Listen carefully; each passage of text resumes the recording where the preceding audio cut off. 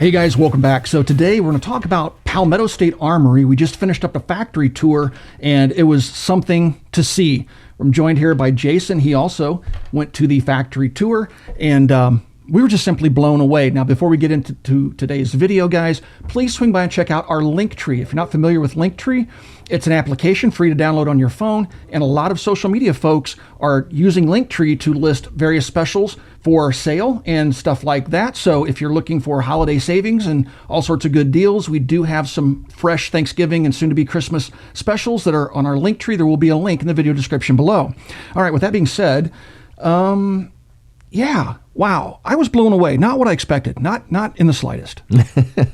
So as far as manufacturing goes with that visit, I remember pulling up to the building and I was like, that's it? Because the parking lot was fairly small in the front, and then you had this one entrance with a simple sign, out front. And once you got in the back, it just kept going and going. Yeah, the building kept going and going and going. And there was manufacturing and quality control happening over here. There was different parts happening over here. There was assembly over here. And it was just everywhere there was something going on, from all the fine tuning of all the pieces and parts to the anodization, to the storage, to the shipping and receiving, to the everything. And it was quite amazing to see how far this stretched, because I don't think a lot of people know, but Palmetto makes a lot of stuff, not just for themselves, but for others. That's generally how most of the manufacturing happens in, the firearms world. Is not everybody manufactures their stuff. Somebody else generally does it for them. Mm-hmm. You know what I mean? It was amazing to find out that they owned so many different companies, and we won't go into what those might be. I mean, there's a few of them I'm sure people know, but it was amazing that they have a lot at their disposal. And a lot of that had to do with holdups. You know what I mean? Like, for instance, some companies are waiting to sell their stuff because anodization's backed up, and the people they use for their anodization are like, well, it's 3 weeks or more before we can even touch your stuff. So what do? They go out and buy an anodizer. They go out and they buy a fully automated anodizing system, you know what I mean? And so now they don't have to worry about holdups or hangups, because they can continue throughout their entire process because they have it under one roof, right? Essentially. So that was pretty cool to see when we walked in there. And then, well, you get done with one building and they go, okay, you want to go over to the other building? Yeah. What? Yeah. Jump in a car, go to the next building. Yep, the other one. Well, this is where the first one that we entered, I want to say, was where they were doing a lot of the AK assembling, mm-hmm. And manufacturing of the AKs. And I want to say they also had the JAKL assembly, mm-hmm. going in with the AKs as well. So when we first walked back there was a bunch of tables with a bunch of people working, building the guns, you know what I mean? Putting them together or measuring certain pieces or organizing certain things. So it was cool to see. And then when we moved around and went to the other side, there would be the guys that were actually fully assembling the front sight post, the gas block, the rear sight, block, all that stuff. And they had, and certain things we weren't allowed to film because it's their own proprietary processes, and I completely understand that. Which is completely understandable. But they had a machine that would essentially put these things together, and it was really interesting to see how that did. And there was, the head spacing process, the riveting process, the guy fitting the wood, to the guns, like the hand fitment of the wood onto there. And so everything that I noticed that was going on, there was a lot of, there's a lot of machines, doing a lot of the work, but there was also a lot of people running those machines, hand fitting these things, which was kind of cool.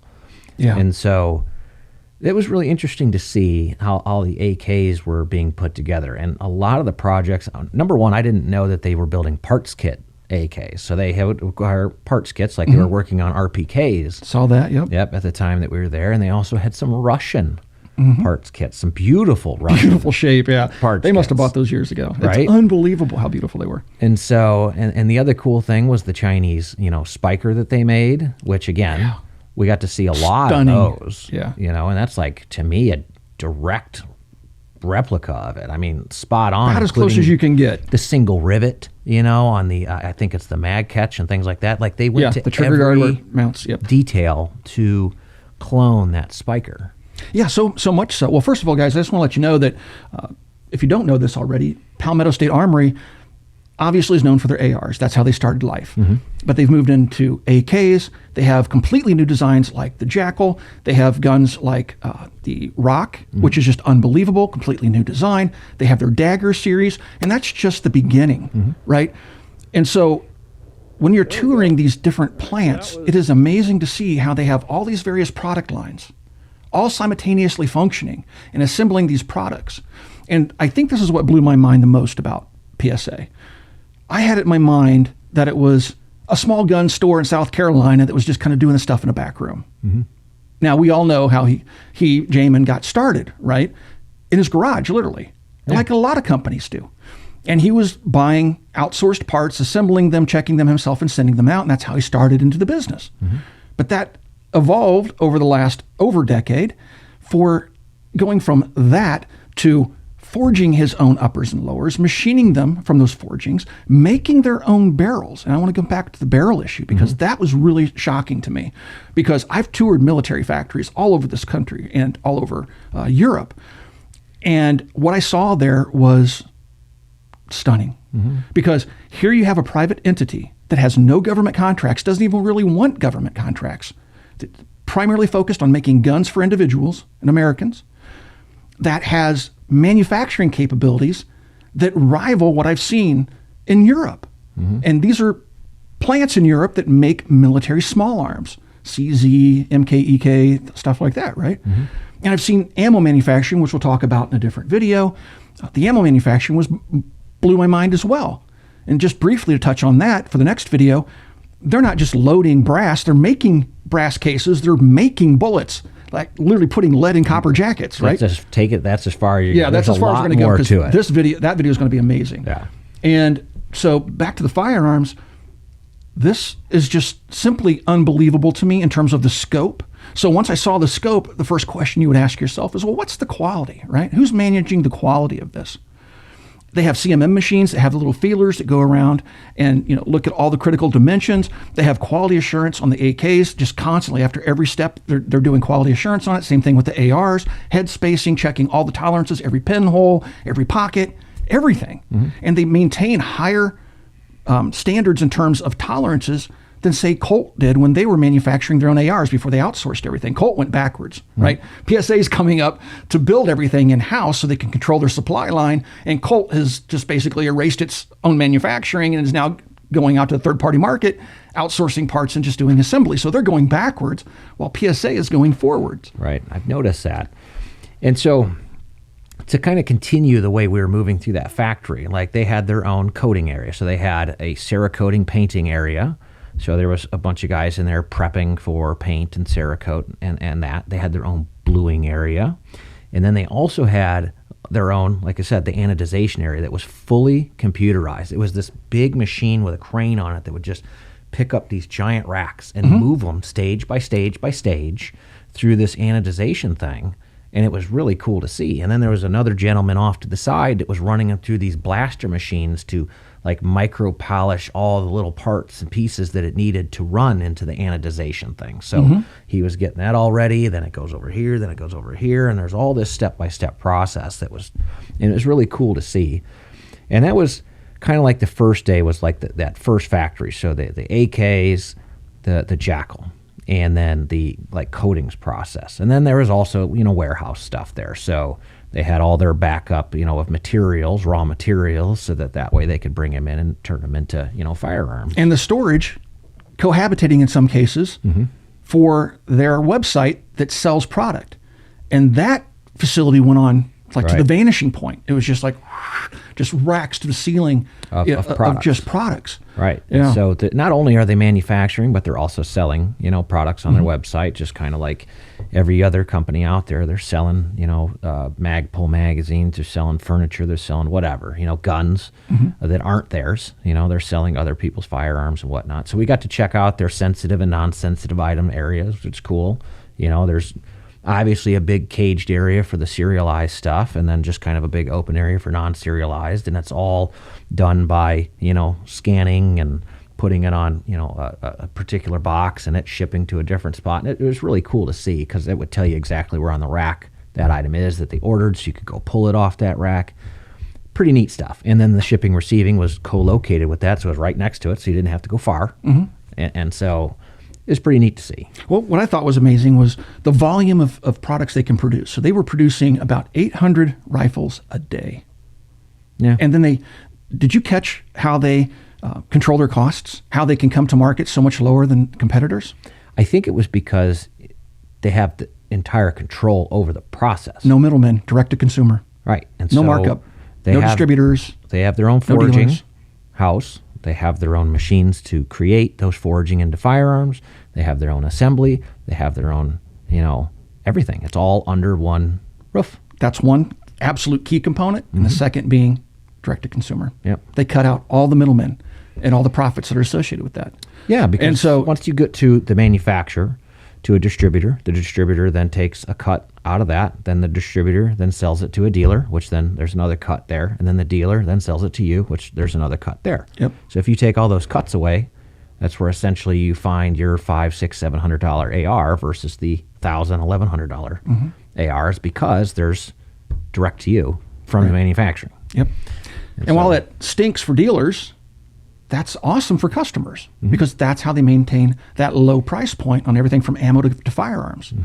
And so anything that they manufacture, like you said, complete control over the entire process. And then they go so far. Do you remember seeing the rack that just went on and on and on? 3 years of stored forgings for ARs. Right. Yeah, that's So what he if was saying. things go sideways like COVID, 3 years of products stored, or raw materials and materials to produce for 3 years. Right.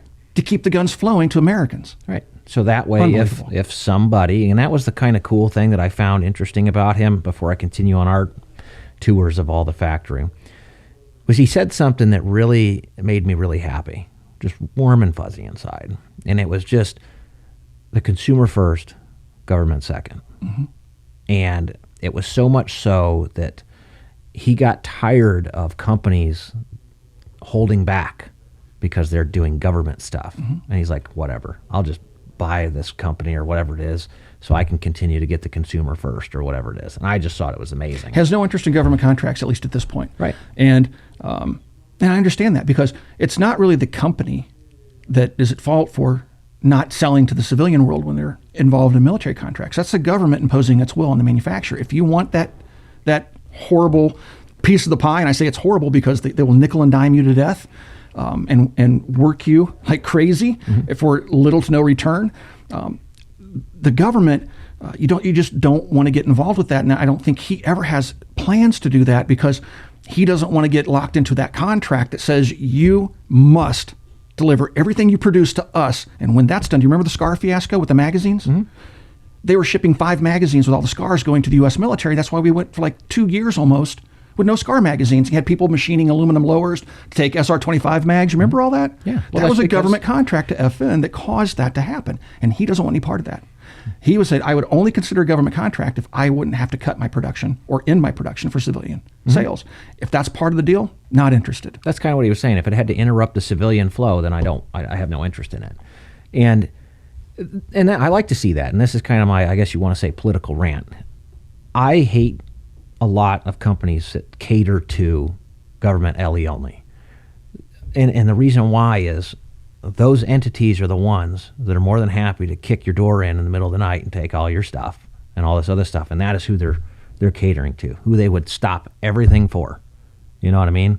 Where you've got somebody like the PSA guys saying, no, we want the consumer first to be fully armed and ready. You know what I mean? Yeah. Government's got plenty of other stuff going on over there. They don't, need us. And so I like the fact that they put the consumer first versus mill LE first, which is what a lot of companies do.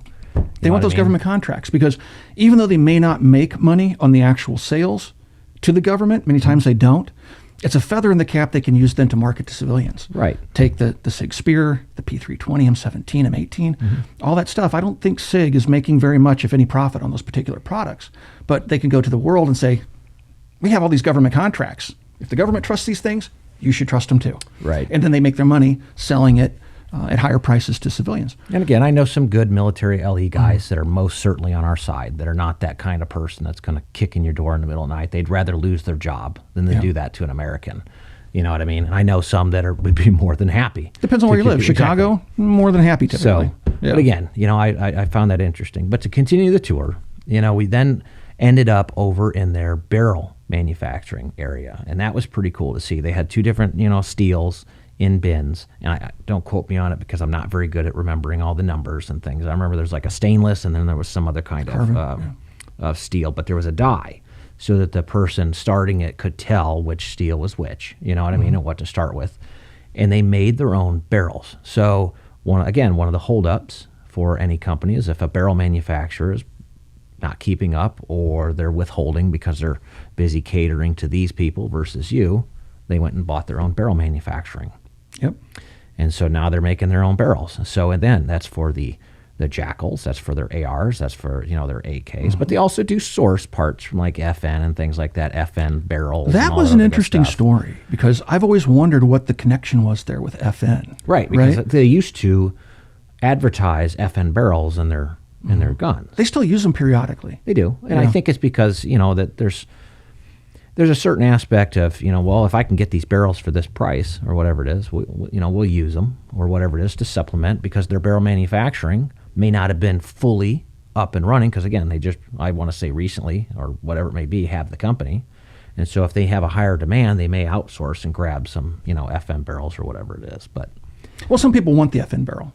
I think that's what more or less has boiled down to because it was an interesting backstory. I don't know how much of it we can really get into, but originally FN fell onto hard times. They didn't win a government contract. They had a surplus of barrels. FN's just down the road from them. And they said, sure, we'll buy them at this price. Right. And FN gave them the barrels.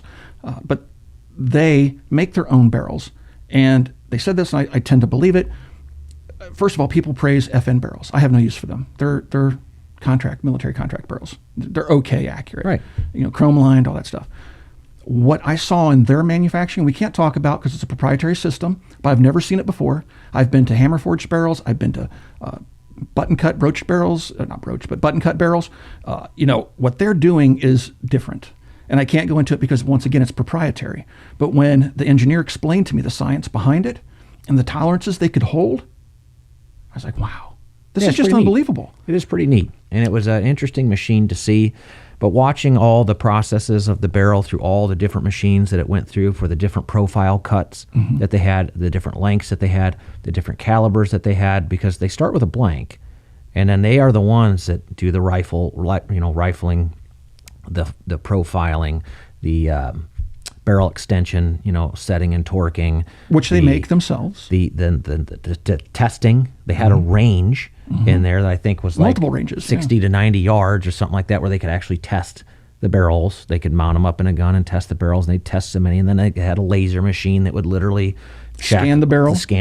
Yep, and all these, again, all the dimensions, QC all the port labs. sizes. There was QC labs in each one of those factories and different stages of things. You know what I mean? And then the engineer, he had this phone that if the machine was doing something weird, he could instantly see it. Yep. And go correct it or find out what's going on. And that was kind of cool to see that each one of those machines he had a link to and could see what could potentially be going on. So that was nice to see.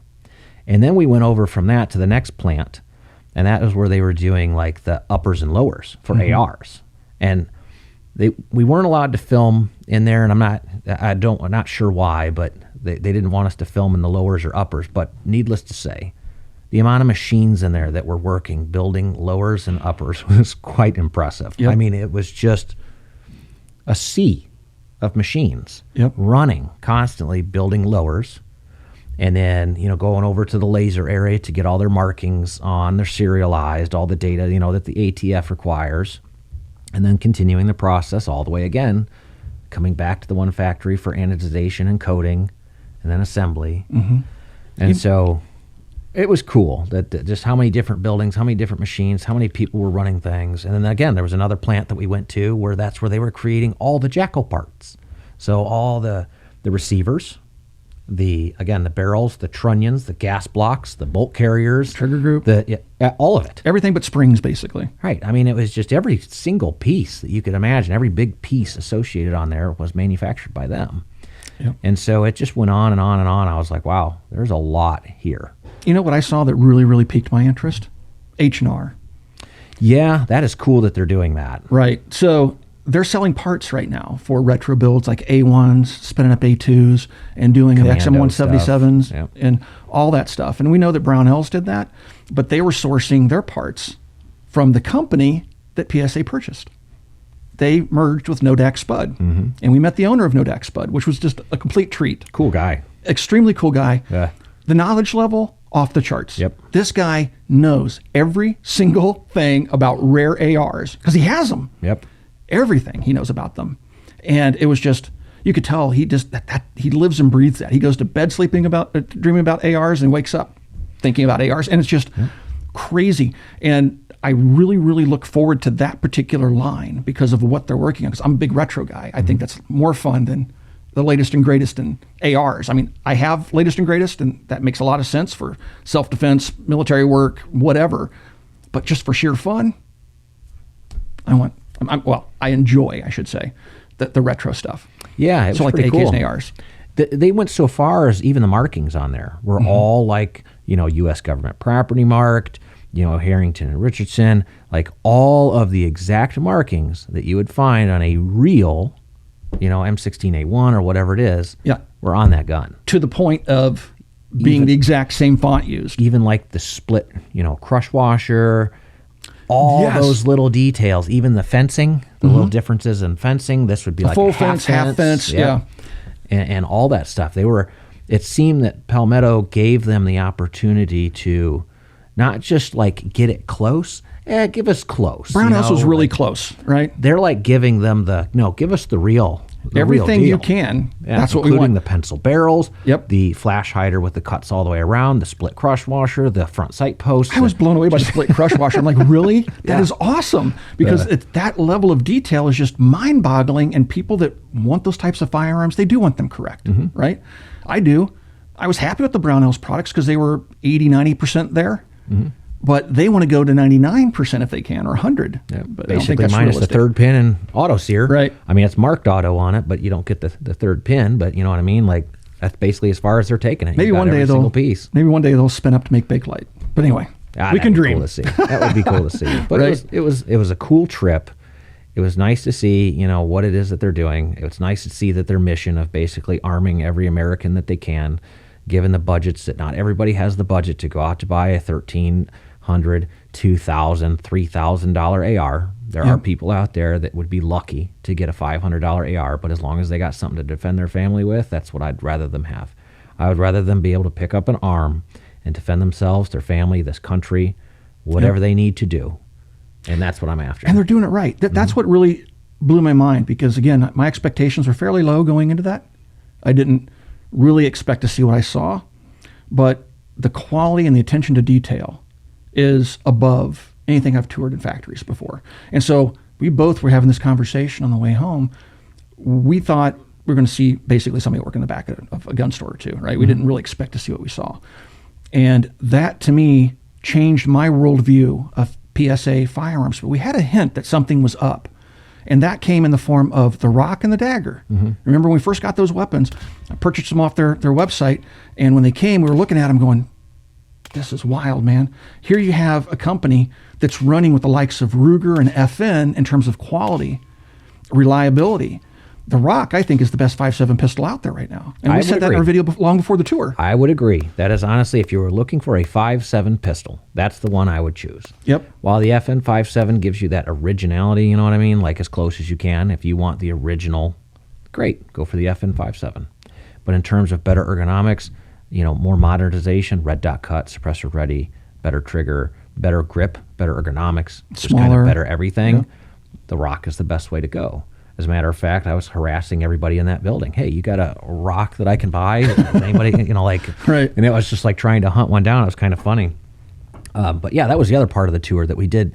I filmed a little bit of it because they're still setting up, actually bringing all of the pistol stuff in-house. The new manager that they brought in there is bringing everything under one roof, up to and including the slide manufacturing, the frame manufacturing.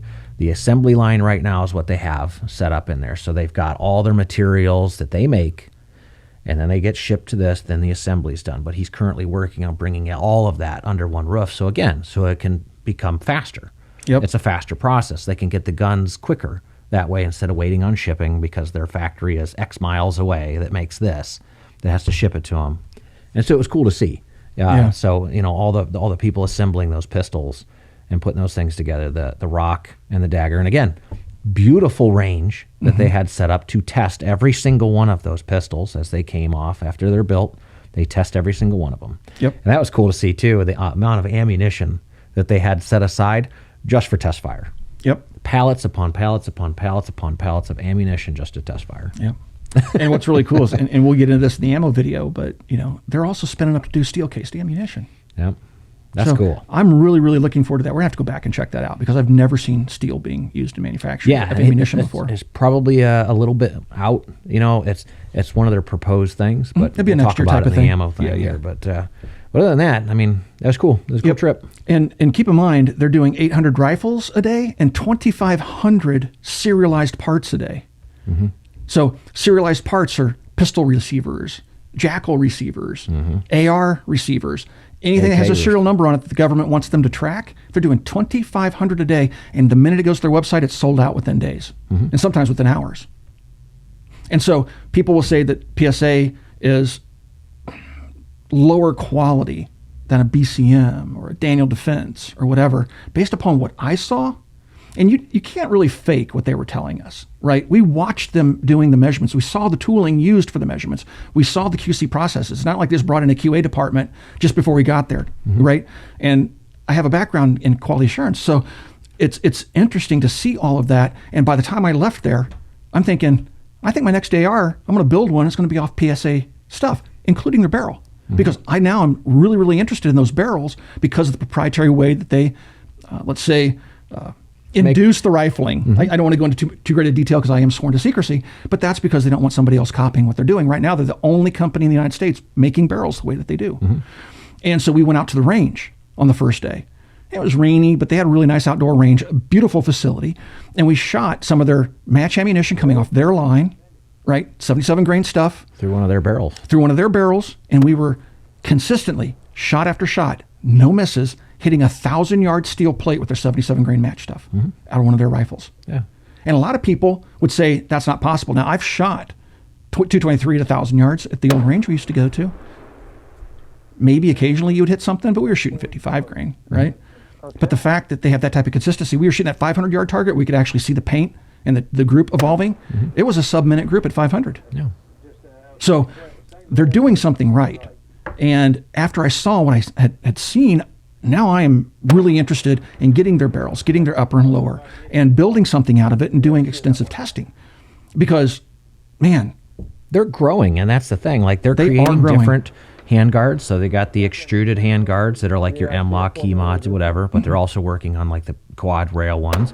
They're also working on, like billet upper and lowers instead of forged. They're working on all that cool guy really stuff. cool AK muzzle devices, Right. really cool AK accessories. Yeah. I don't know if we can talk about that or not. I'm not entirely sure, but I remember there was some really cool AK stuff that they're planning on or coming out. If it hasn't come out already, like basically, I think a lot of it has been out, like railed furniture for the AK. Let's just say if you like Alpha AKs, yeah. you're going to have Alpha an AKs. American-made option soon. Yeah. If it's not already available. If it's not already available, you will have it available very soon. And so they're the ones essentially making a factory out-of-the-box Alpha AK, if you will. Like everybody's famed Larry Vickers Alpha AK, you know what I mean? When he came out with that video, everybody was like, I want that. That was like turning the AK into an AR. Laugh about it later, but it's... one of our pet peeves. Right. I love the AK. But again, it's funny. They've given that opportunity to come from the factory for an affordable price. Because again, they manufacture it all under one roof, and they cut out all the distribution dealer, all that stuff. And So I've been buying their AKs for a while, right? My triangle folder and their 103 and all that stuff. I've been buying their rifles for a while. And when I would get an Arsenal or I would get a Russian AK back in the day, every time we went to the range, we were just talking about, well, how far am I going to have to push that front sight left or right? I'm going to have to unscrew that front sight post where it's practically sticking above the protective ears just to get it zeroed.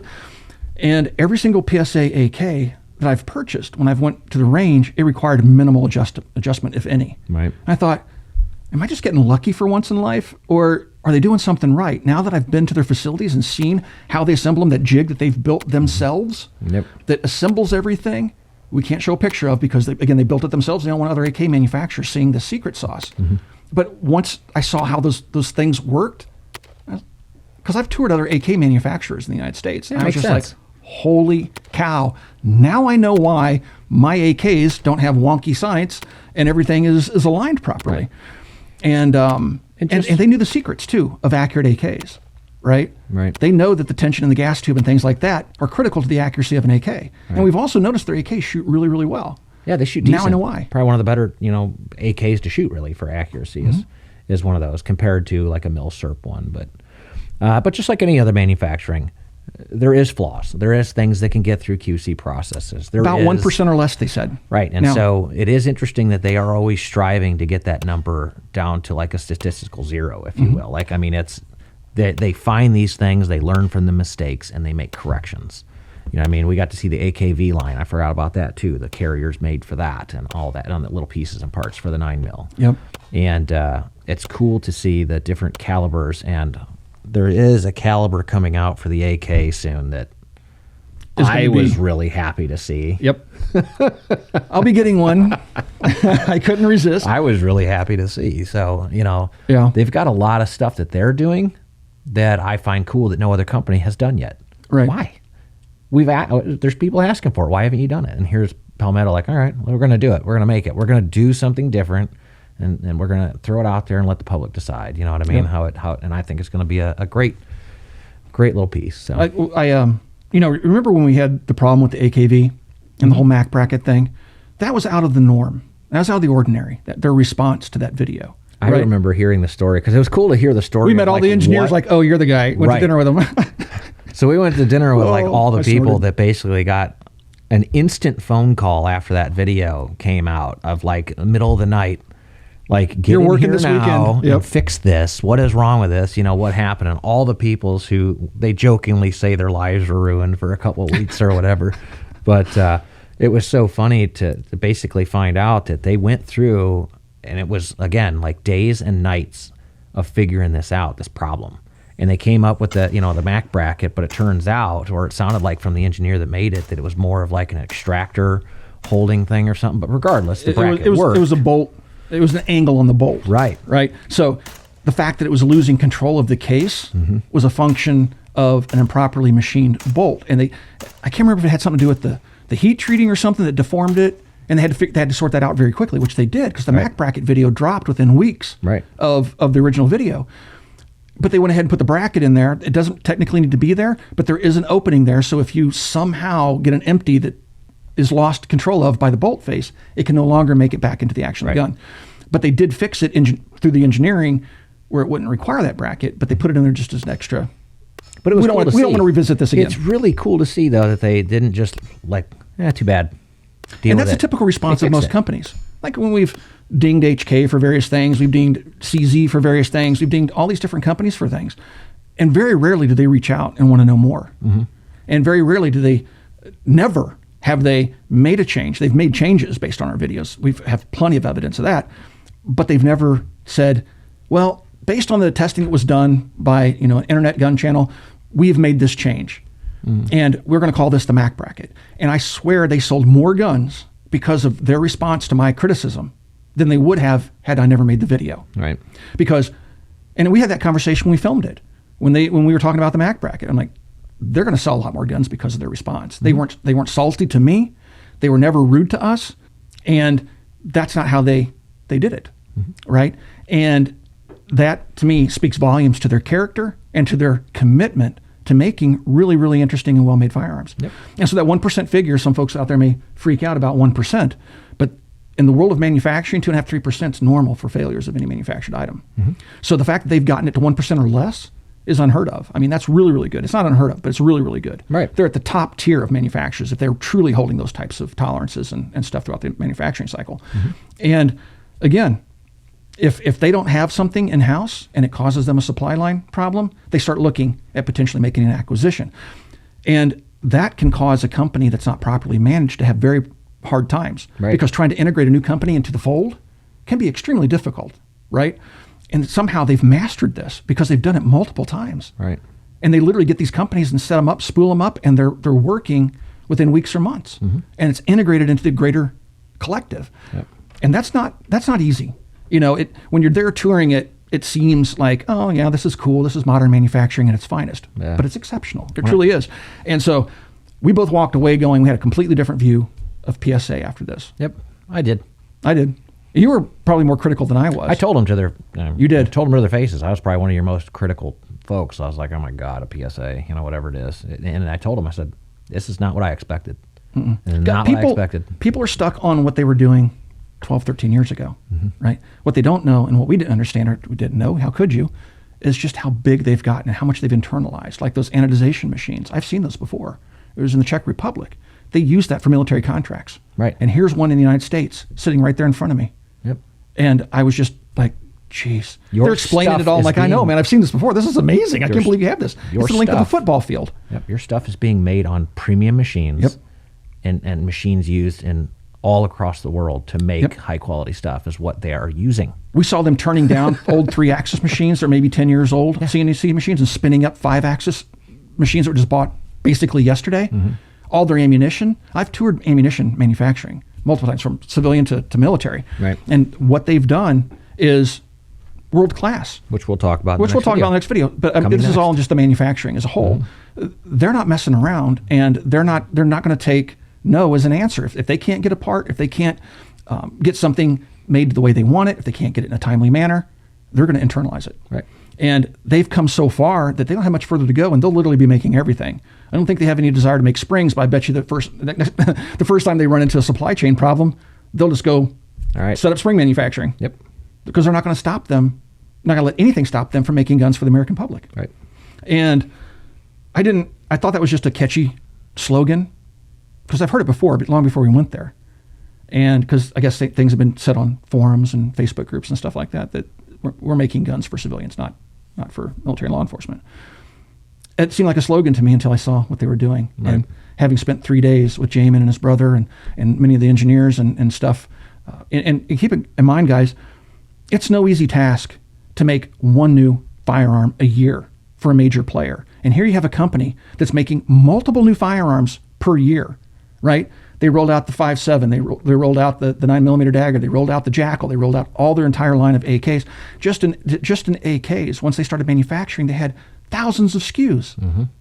Thousands of SKUs for things. And the engineering team, which we got to talk to a lot of those guys, they have like a board, like the size of a room of new ideas of stuff that they have coming for, the American public to consume. Yep. And it's really cool stuff. Because you have big companies like Colt, FN, HK not introducing new firearms at the pace they're doing. Other companies like FN or Colt or those guys, HK or Glock, they'll just take an existing design, shorten the barrel, put some different sights on it, retexture the grip, and sell it as a new product. These guys are literally going out saying, it'd be cool if we could do this. And they have engineers on staff, not outsourced. And they sit there. We saw the rapid prototyping shop where they can go in and use more manual machines to prototype stuff. Yep. And then they go test it. And we saw a little bit of that when we saw the JAKL at SHOT Show a couple of years ago. Right. It was an early prototype. And the finished gun is just amazing. I love the JAKL. Yeah, it's a nice I can't wait to gun. get one in a rifle. So anyway, guys, we were literally blown away by what we had seen. Certainly not something that we had expected. And so if you're interested in Palmetto State Armory, they're not paying for this video. That's not how this works. We went out there. We drove Jason's car. I paid for the gas. We wanted to see this. And they were really, really eager to have us come out. And they were like, are you coming? Are you coming? Yeah, we're coming. They wanted to make sure we were going to be there. And it's just unbelievable to me. So if you're considering picking up a Palmetto State Armory firearm, do so in confidence. I mean, you're going to have a chance of getting a very, very good firearm at a very affordable price, and it's going to be just as good as some of the bigger names out there. And so I know a lot of you guys are going to say, oh, you're a shill and all this other stuff down in the comment section. That's not what happened here. We went there to catch them like the AKV9, like doing something that we're like, they got a little ways to go. Right. Blown away. So check out Palmetto State Armory if you haven't. We'd like to thank you for supporting us here at the Military Arms Channel. And if you would like to support us so we can continue to bring you videos like this one, consider becoming part of our Patreon family. There is a link in the video description below. We also post our videos early over there, along with some special content you can't get outside of Patreon. So swing over there and you'll see when we're doing the tours and stuff like that. We're posting in real time. And again, that link is in the video description below. Right here on YouTube, you got the little join button underneath the video player you're watching right now. Mash that join button, and you can support us right here on YouTube in the age of demonetization. Last but not least, please swing by and check out coppercustom.com. Stay tuned. We have more videos coming in this series, and we'll talk to you guys soon. Take care.